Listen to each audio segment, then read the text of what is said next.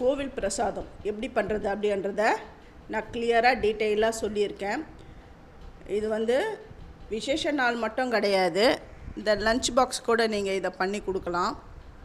ரொம்ப நல்லாயிருக்கும். இதை எப்படி பண்ணுறது அப்படிங்கிறத ஸ்டெப் பை ஸ்டெப்பாக நான் சொல்கிறேன். ஃபஸ்ட்டு ஒரு பெரிய எலுமிச்சங்காய் அளவு புளியை எடுத்து அதில் சுடுதண்ணி விட்டு ஒரு 10 நிமிஷத்துக்கு ஊற விடணும். அது நல்லா ஊறின உடனே அதை நல்லா கரைச்சிட்டு அந்த புளி நீரை நல்லா வடிகட்டி எடுத்து வச்சுக்கோங்க. இதுக்கு பொடி சேர்க்கணும், அதுதான் ஹைலைட்டு. நம்ம சேர்க்குற பொடி தான் இதுக்கு நல்லா அந்த கோவில் பிரசாதத்துக்கான அந்த ஃப்ளேவரை கொடுக்கும்.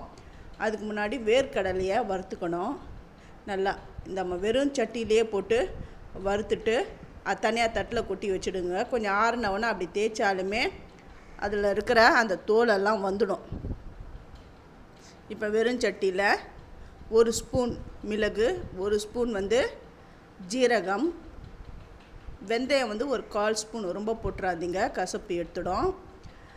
அப்புறமா 3 ஸ்பூன் தனியா, காஞ்ச மிளகா ஒரு 5 மிளகாயை சேர்த்துட்டு நல்லா, ரொம்ப இல்லை, கொஞ்சம் நல்லா வாசனை வர வரையும் நல்லா வறுத்துட்டு அதை நல்லா ஆற விட்டு பொடி பண்ணிக்கணும். பொடி பண்ணிவிட்டு அந்த புளி நீரில் சில தாளிப்புகள்லாம் பண்ணோம். அதெல்லாம் கிளியராக என்னுடைய சேது சித்ரா கிச்சனில் நல்லா கிளியராக நான் சொல்லியிருக்கேன், நீங்கள் போயிட்டு பாருங்கள்.